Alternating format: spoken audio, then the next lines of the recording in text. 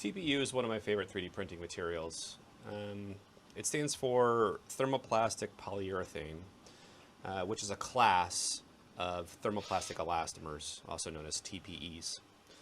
TPEs are a polymer that is made up of like long knotted chains. And those knotted chains can be stretched out and straightened, but their natural state is to return to their kind of bunched up knotted mass.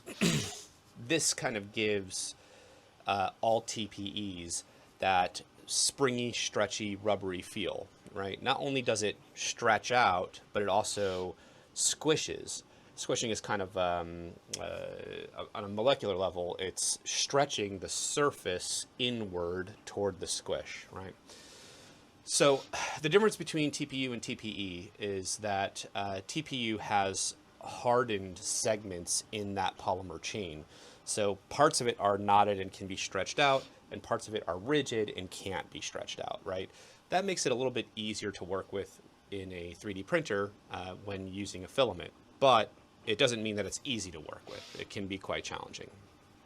These materials are generally rated by their hardness. They usually get a shore hardness rating. The shore hardness is measured with a durometer like this one here.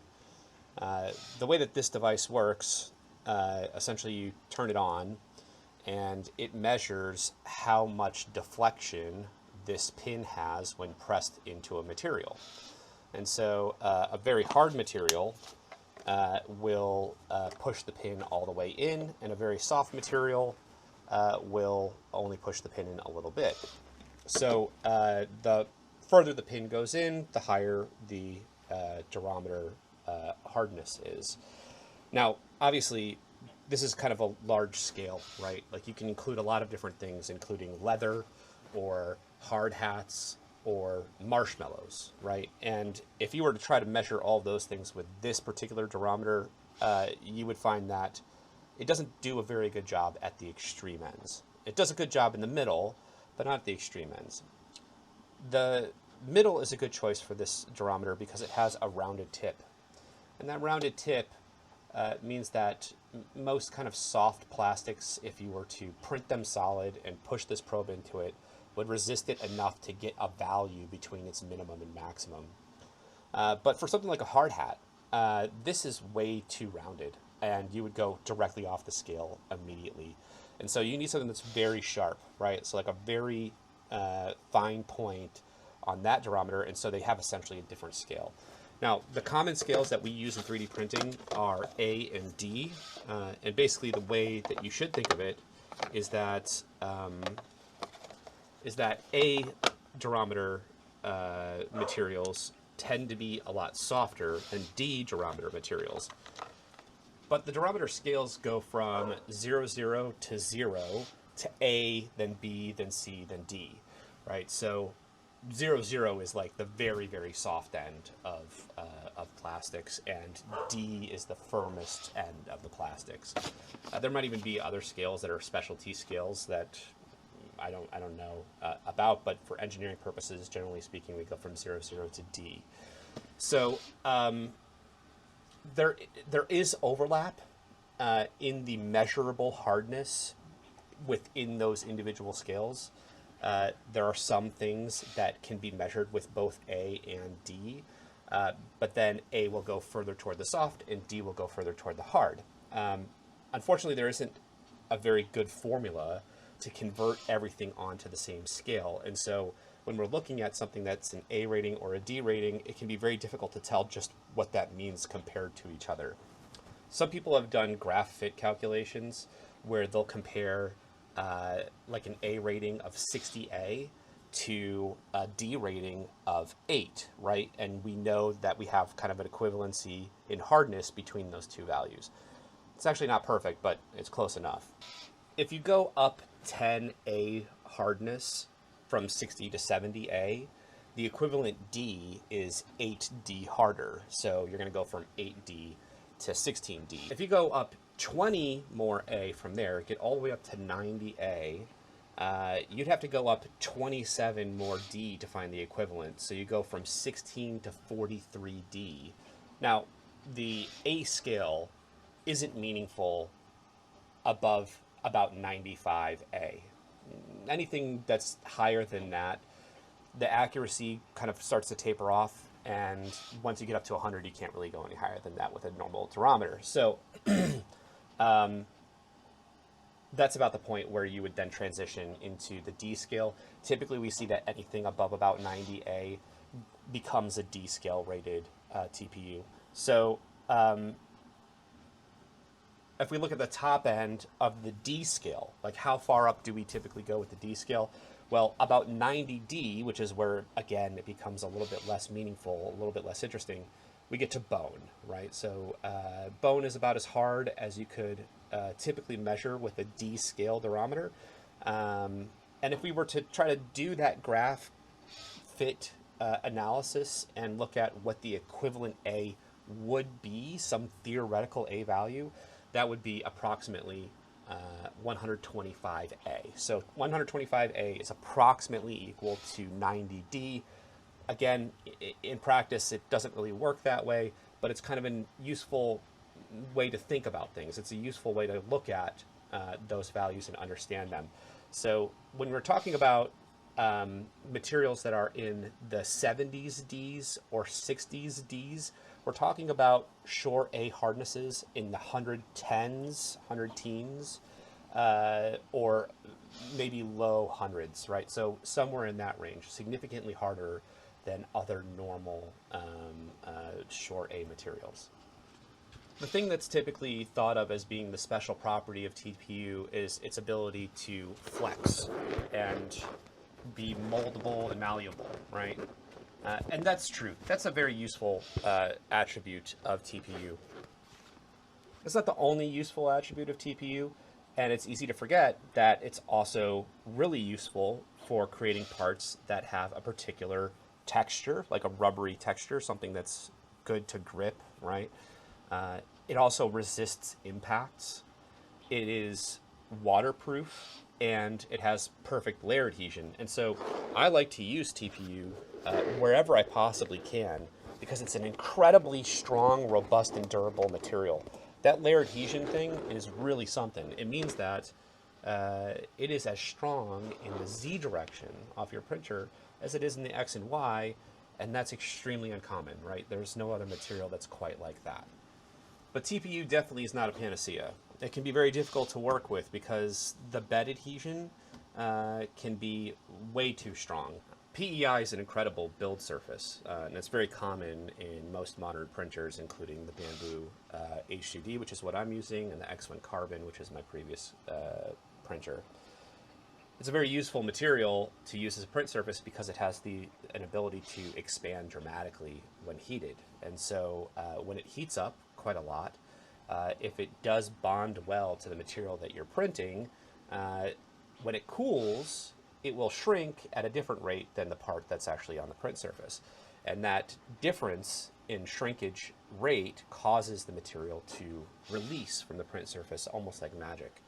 Now, TPU defeats that, right? Because it's so stretchy, the molecules can move so much that as that PEI sheet cools down, the TPU simply bends with it. It deforms with the plate. And so it becomes very easily permanently bonded to PEI if you are not careful. So it's always a good idea to put down some sort of treatment on your surface that will allow for an easy release if you're going to print with TPU. And if you have a printer that can print with multiple materials, then you should consider using maybe a raft of a different material of some kind. The second big challenge with working with TPU is that the filament itself stretches, and it stretches quite a lot. This is a big problem because the mechanisms in your printer that push the material through from the dispenser of the spool all the way into the hot end use gears that kind of pull the material through and then push it the rest of the way. Well, anywhere that it has to push it, it's going to be floppy enough that it's going to explore any gaps, and if it can find a gap, it's going to get bunched up in that gap, and you will have a jam. But even if it's just pulling, even if there's just a continuous pull the whole time and there's no real push anywhere in the system, it's still possible to stretch that material out as you pull it and cause it to thin and weaken, and then you can erode it with your puller, right? So the extruding mechanism can spin against that thinned out material, causing it to thin out even more, and therefore also causing a jam, right? So it can jam in a lot of different ways. And so it's really important when printing with TPU to avoid any kind of back pressure in your system. You really don't want the TPU to be resisted at any point in the system by some mechanical force. So if your hot end is restrictive and you're trying to push the TPU into your hot end at a rate that's faster than the TPU can transition into a liquid, you are likely to encounter some sort of jam, right? So it's very important that you slow your prints down. You want to slow them down as much as you possibly can manage. The slower you go, the less likely you are to have a failure. And tuning it can be extremely difficult. Because TPUs are so difficult to push through a system, they almost never work with something like a multi-material management system, something like the AMS from Bambu. This is because it has to send the filament out into a PTFE tube before it reaches the extruder, and there's a lot of opportunities for it to explore new ways to jam up. Now, people have made mods for the AMS that ostensibly make it possible to use TPU with AMSs. I've tried them all. I've done a lot of experimentation with them, and in your best case scenario, what you'll find is that 1 in 5 times that the filament has to change, it is going to figure out how to jam. So I find that scenario to be basically unacceptable. I don't recommend it. I don't suggest that you attempt to use TPU with your AMS, except for Bambu's new TPU for AMS. Now, that material is quite interesting because it does work with the multi-material system, and it allows you to therefore print with more than just TPU in a single print. That's remarkable and very interesting. But that TPU is an extremely high durometer. I think it's something like 67D. And it appears to be some sort of alloy. It's not just TPU. Maybe it's PLA and TPU. Something that's firm enough that it can successfully navigate through the multi-material system. But it sacrifices some of its qualities that are so beneficial about TPU, like perfect layer adhesion. It does not have. The impact resistance is good, but not great. It is waterproof, but not as waterproof. Additionally, that kind of floppy nature of the TPU makes printing TPUs with Bowden drive extruders very difficult. A Bowden drive extruder sends the material down a tube before reaching the hot end, taking all the heavy extruder equipment off of the gantry, right? It's a good and interesting design, but for a TPU, there's just too much distance between that extruder and the hot end, and too many opportunities for it to flop around and get bunched up. Generally speaking, Bowden printers do not work well with TPU. Now, that doesn't mean you can't get it to work. You can. It just never works great. Now, multi-nozzle printers like the Bambu H2D and the Prusa XL, and there are lots of them, don't get me wrong. There's plenty of printers that are called IDEX printers that have more than one print head, and they're all very interesting, but they're not consumer common, right? The common ones that are available right now in the market are the Bambu H2D and the Prusa XL. Anything else is kind of a little bit specialty and might be a little bit expensive or might be a big headache for the average user to configure, keep running, and maintain. But these multi-hot end systems make it possible to use TPU mixed with other materials quite easily. And this opens up a whole new world of possibilities. So before now, it was quite uncommon to print TPU models that were complex enough to require supports, because the only support material that you could use with TPU was TPU itself as a breakaway material. But with its perfect layer adhesion, it's very difficult to separate those supports from the model. You could potentially end up damaging your model or being unable to remove those supports. And so TPU models tended to be very simple in design. But now with these multi-hot end systems like the H2D, we can very easily mix TPU with a support material and get some very interesting results. It opens up a lot of new possibilities.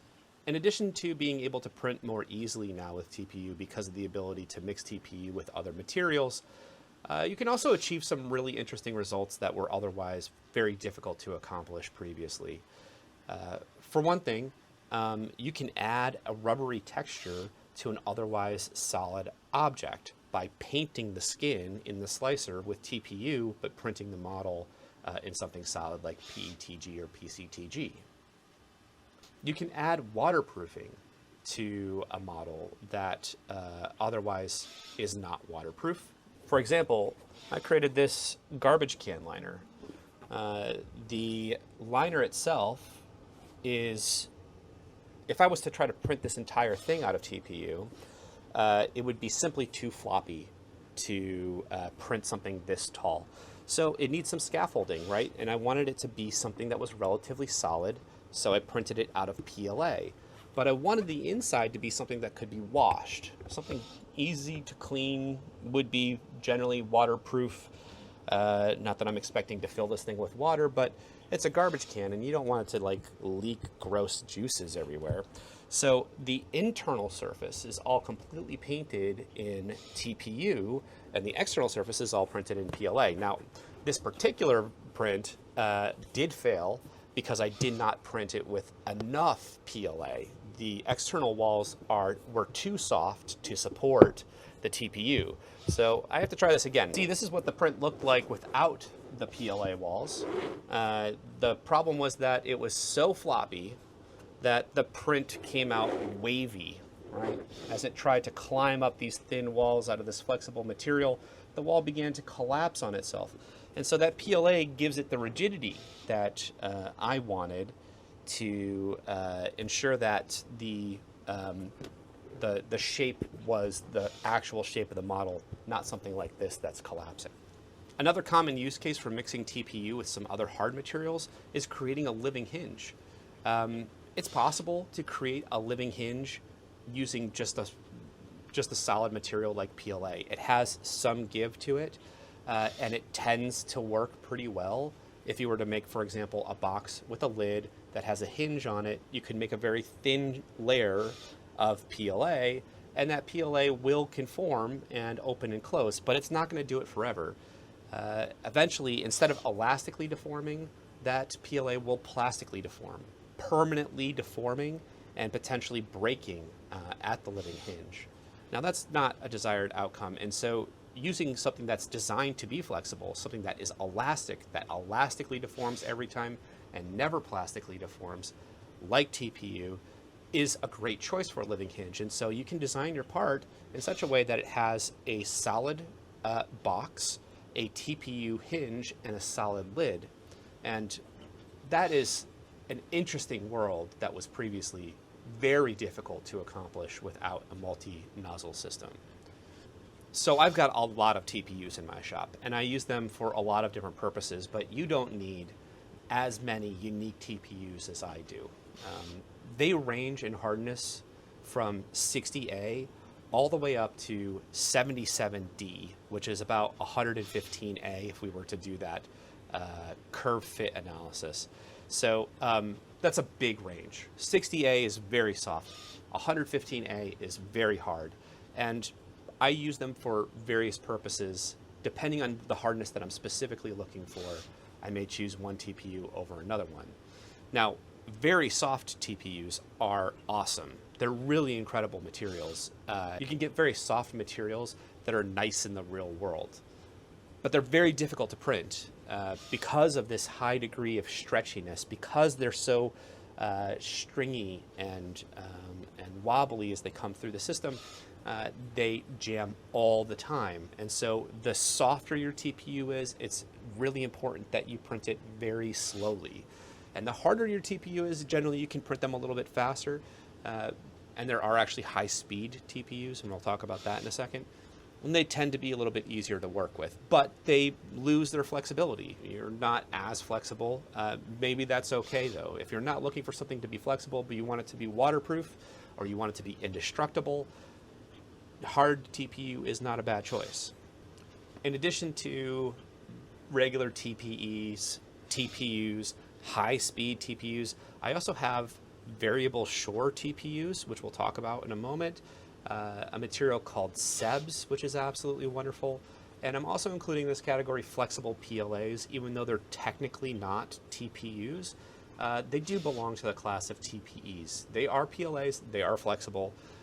They also do not work with the AMS or any multi-material system. And they're also very interesting in their own ways. Some of them have very good, very specific use cases. My favorite TPUs that I have in my shop include ColorFabb's Varioshore. I recommend this material to anybody. It is, the thing that's incredible about it is that based on the temperature that you tune the nozzle to, the TPU will foam different amounts. So it has a foaming agent built into it. That foaming agent causes bubbles to form inside of the TPU as it exits the nozzle. So if you use a hot end with a very large nozzle and you tune the temperature just right, you can print very soft, very low shore hardness prints, or we can adjust that temperature and get something that's much harder, something closer to 90A. So that one material, just based on this print settings, allows you to cover a huge swath of different shore hardness prints. And the thing that's really incredible about it is that if you achieve a very low hardness, you'll find that it's much easier to print with than TPEs and TPUs that are just soft coming out of the box. So if you were to dial in 60A, you would find that printing Varioshore at the settings that would output a 60A are prints much more easily and far more successfully than trying to use a TPE that is 60A out of the box. Why is that? Well, it's because the filament coming through the hot end is quite firm until it gets to the hot end, and then the hot end causes it to soften dramatically. That means that it can be pushed a lot more easily than some of these really soft materials like 60A TPE that want to jam up, right? They're soft the whole time. So I do recommend picking up some Varioshore TPU. I absolutely love this stuff. I use it all the time. My next favorite TPU is Bambu's 95A high flow. That material is just awesome. You can print with it, honestly, multiple times faster than you can with any other TPU. It actually really is an incredible high-speed, high-flow filament. The downside to it is that it is quite pricey. So I think at about $45 a kilo, it's a little bit much, but it's worth it. If you've got the bank account for it, I recommend it very highly. It's a really great material. I think another TPU that belongs in any shop is BIQU's PLA-HR. Now, this technically is a flexible PLA, and the HR, I think, means something like high resistance or something like this, right? The intention of BIQU with this material was to make a filament that would be a great choice for printing 3D printed basketballs, which was a little bit of a hot trend. It was a very interesting challenge. And honestly, this material works the best of any material for printing basketballs, in my opinion. I've tried them all the common ones anyway, and some of the uncommon ones. And they can all be very difficult to work with. I think rightfully so, the majority of makers prefer the material called PEBA, P-E-B-A, for 3D printed basketballs because it bounces really well. But it's a little bit harder to work with. And if it cools at any point in your print, if, for example, you finish a spool and it has to sit for a little while before you load the next spool in to continue the print, that little bit of cooling can be enough for layer adhesion to fail. So You have to keep your chamber very hot when working with PIBA, but with PLA-HR, that's less of an issue. It actually works really well all the time. Now, forget basketballs for a moment. Basketballs are interesting, but I think that this material stands well on its own. It's hard without being too hard. It's somewhere around high 60 Ds for a shore hardness. In fact, here is such a basketball. It came out just, it came out perfectly. I couldn't be happier with this, especially with the ability to support it with some other materials. It really does come out great, and it's incredibly robust. I've used it for quite a while. Look, don't print basketballs. This is a ridiculous waste of time. It's a trinket. But it's a good demonstrator of this material. It really shows that this material is just about indestructible. And it's a very hard, very high shore durometer TPU, but it has all the benefits of any TPU, even though it's a flexible PLA. I've actually never measured the durometer of this material, so I'm going to do it right now. Let's take a look.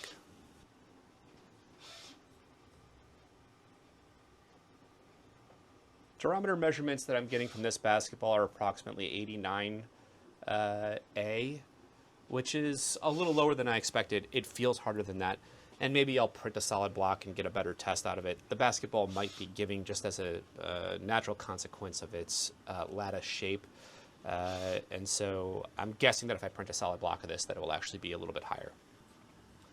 The last TPU that I want to recommend you have in your shop, if you have a multi-material system like the Bambu AMS, but you don't have a multi-nozzle system like the Bambu H2D, I do suggest that you pick up some of Bambu's TPU for AMS. Now I get it, it is not as good as some other TPUs, but it is your only option if you want to be able to print with more than just TPU in one of those single nozzle printers. And for that reason alone, if that is your circumstance, you should definitely pick this material up. It's incredibly useful. It makes a lot of new things possible for you that you would not be able to accomplish with any other TPU. All right, so let's go through the TPUs that I have in my shop today.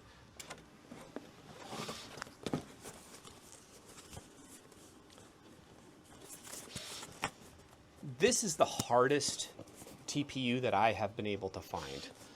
It is called Kexeld 77D Professional TPU K7. This material is a little bit more difficult to work with. You need to really dry this stuff out. However, it's rock solid. I mean, it's when we talk about hard hat hardness TPUs, this is what we're talking about. This stuff is very, very solid. If you need something that's just absolutely indestructible, this is a good choice. It also bounces, not as much as some of the other materials like the BIQU PLA-HR that has very good energy response, but it does bounce. Interesting. Similar, almost indistinguishable. I wouldn't have both of these in my shop. This is the CC3D 72D. The difference in hardness between 77D and 72D is not enough that I think it's worth having both in your shop. It's a good material. It's easy to work with.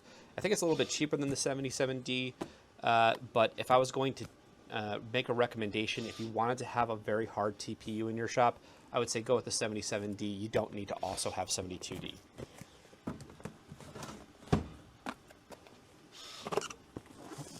It's kind of a similar story with this, the Pryline 98A.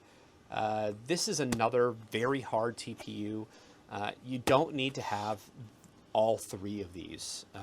I would say that this 98A is nowhere near as hard as the 77D, but it's a very unusual use case that you would need both. The 98A and 77D is uncommon that you're going to find a use for both of these. And in fact, they've sat in my shop for a while because I just have too many degrees of options for different hardnesses of TPU. The next one that I have is the TPU for AMS, which we've already talked about. I think it's a very useful material. It's not the best TPU. This has a very high D rating, shore durometer D rating, somewhere around 60 something D, which is going to put us around 100 and something A, right? So hard. Also doesn't have all the same qualities as a normal TPU.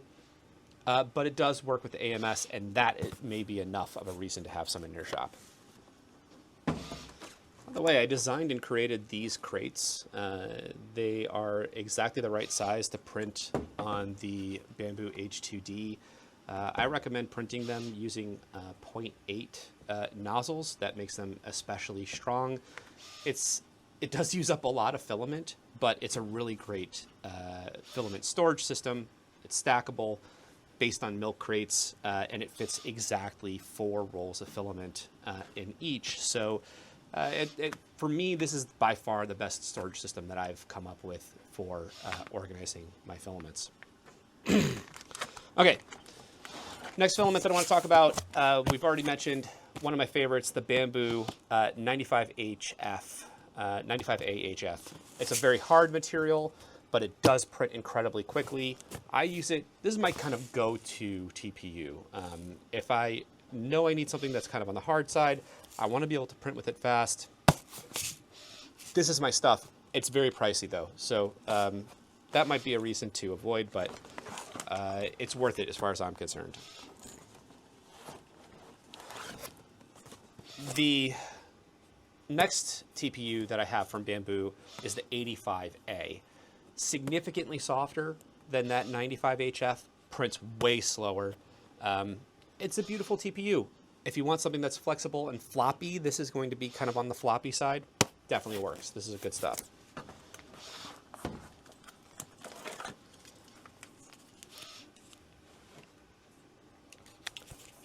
And now we've encountered our first cardboard roll. This is Cereatex 85A.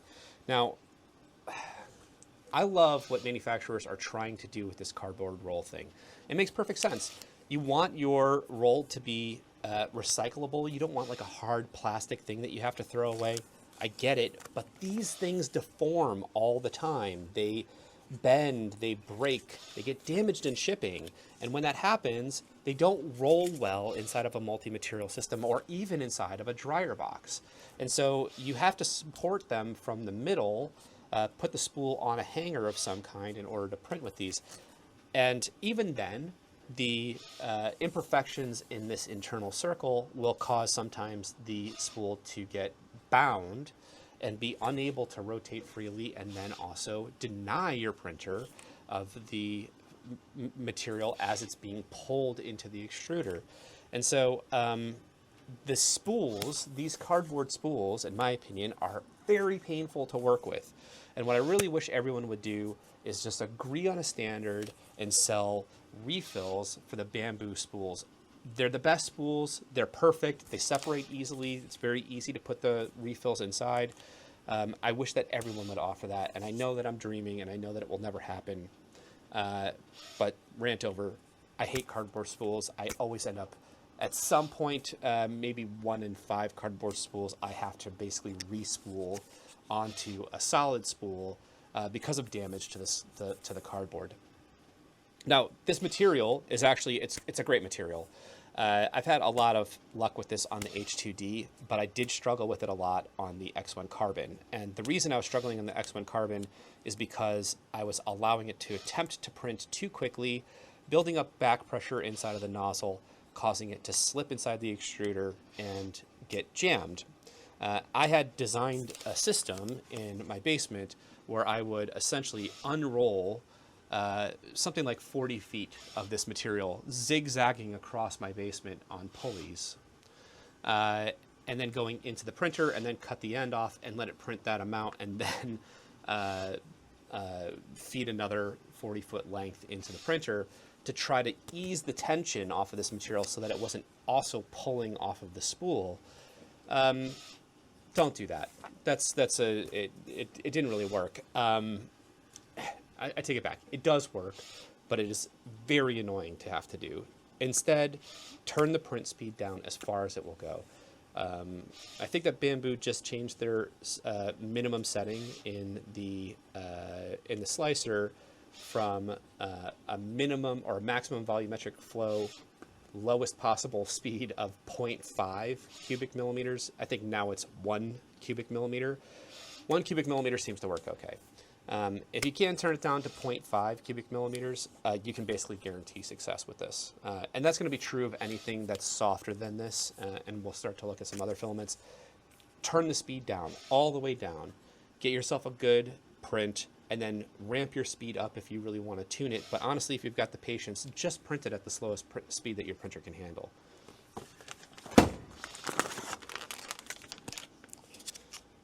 This next material is Jabil's Sebs. Sebs is a 95A or 95A short durometer TPU. And the thing that's special about Sebs is that it is the most rubbery texture of any 3D printed material that I've encountered.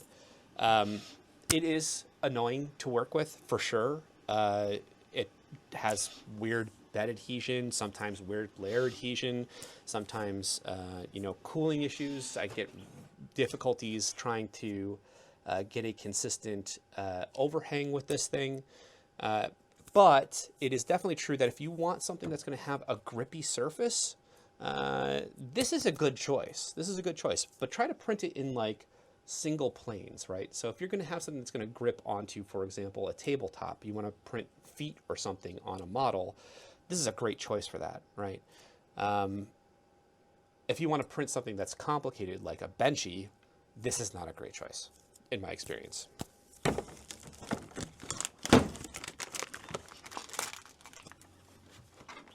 I'll put these, the crate design on printables. You guys can just download them and print them if you want to. I think they're very useful. Okay, now we're into the very soft materials. The first one that I have here is a TPE. It's actually not a TPU. This is 75A by Spidermaker. It's the Spider Flex TPE. Now this stuff is, it's pretty amazing. It's very difficult to print. I get failures with it all the time. Again, slow your printer down as far as it will go, and you will have success with it. You have to make sure that when you're printing with this material that you're not using any PTFE tubes. You want to feed directly into the extruder. Ideally, you want to put this spool above your printer and have it essentially hung through its center and allow it to freely feed down into your extruder. Anything that's this soft is typically going to have that problem. But the results that you get out of this, if you can get a successful print, it's incredible. It can be incredibly soft.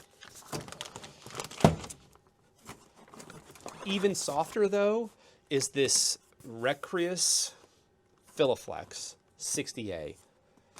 Okay, I almost threw this stuff away. I bought a bunch of it, and I could not get it to work. Believe it or not, I got it to work on my Bambu H2D. It required me to use a 0.8 nozzle, the highest possible nozzle, overheat the hell out of it. I mean, really bring it up an additional 15 degrees Celsius above where you would kind of expect it to go. I don't remember what precisely the number was. I'll try to put it in the description, or maybe it'll pop up on the screen here. And then print it just as slowly as you possibly can.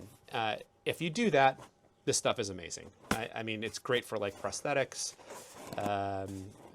Like I had made a custom mask for a VR headset.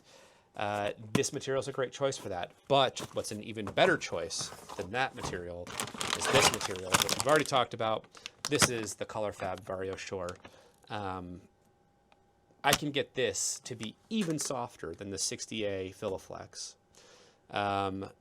by tuning the temperature that this material prints at and by under extruding it. So essentially you use a multiplier to under extrude this material and puff it up as high as you possibly can. And I'm telling you, you can get some incredible results. Very, very soft material. Here's an example. This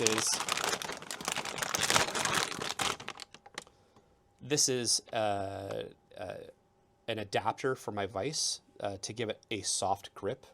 And it is incredibly soft. I don't know if you can quite see how much squish I'm getting out of this. This is printed at something like 80% infill, just with an incredibly high temperature, tuning this Varioshore to be as soft as some of these other materials like the 60A Filaflex.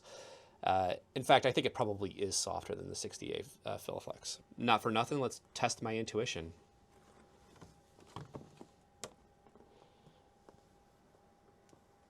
Okay, so the reading that I'm getting, cannot be correct. Well, I suppose it is possible. I'm getting the same reading over and over again. You're not going to believe this, guys. This is almost a solid print, and I'm getting a Shore A durometer hardness of approximately 30A. That's extraordinary. That's extraordinary. 30A is very difficult to achieve. Okay, that time I got 39.5. 39.5. That's pretty incredible.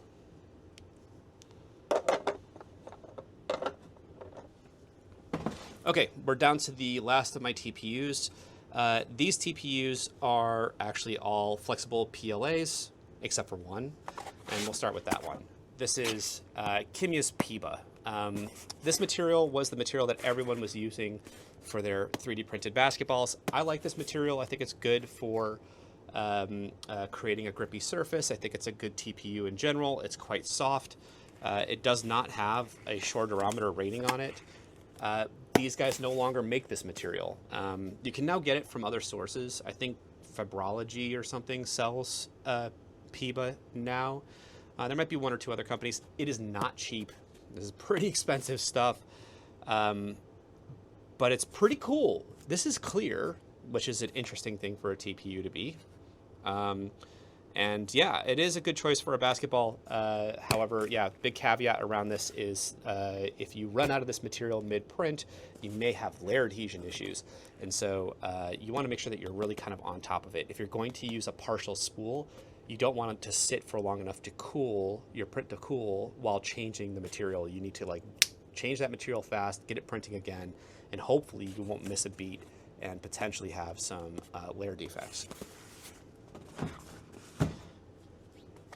The next one is one that we've talked about already as well. This is BIQU's PLA-HR. That's what that basketball was printed out of. Love this material. Really excellent. I use it all the time, not just for basketballs. It's a really good TPU. Very hard, very robust, damn near indestructible. Good stuff. Now, a competitor of BIQU's PLA-HR is this VizDream Flexi Tough flexible PLA. And it's fine. It doesn't work as well for a basketball, but again, do we really care about that? It doesn't bounce as much, right? And yeah, it's pretty strong and pretty resilient. I haven't had a failure with it, but I've seen other people fail with this more than they've failed with the BIQU PLA-HR. I think it's fine. If I was to get one of the two of these, though, it would be the BIQU PLA-HR. You don't need to have both in your shop. And my last flexible PLA is this Flash Forge flexible PLA. It is a fairly soft this is a fairly soft TPU. It's a good choice if you need something that's kind of a soft TPU, but do not buy it for the reason that I bought it, which is because I believed that maybe it would be possible to force flexible PLA through the AMS unit instead of TPU. That doesn't work. This is just as bad for a multi-material system as any soft TPU. This also has a very good rubbery, grippy feel, very similar to Seb's or Piva in that regard. And so also a fairly good choice if you're going to try to do something like print rubber feet or like grippy feet for a surface. In general, it's a good material. I'm happy with it. It's probably a little bit easier to work with than the Surya Tech 85A, and it's similar in its print qualities. So yeah, so that's my collection of TPUs. I think, again, the conclusion that I kind of want to end with here is that there are really 3 TPUs that I recommend everyone have in their shop. And everything else is kind of a specialty thing. The first is the Varioshore by ColorFabb. That stuff is incredible. You can get just about any result that you're looking for with that material, including incredibly soft prints, all the way up to quite firm TPUs. The second is the Bambu 95A HF, because it's just so fast that you can print with it all the time, and it's a great material.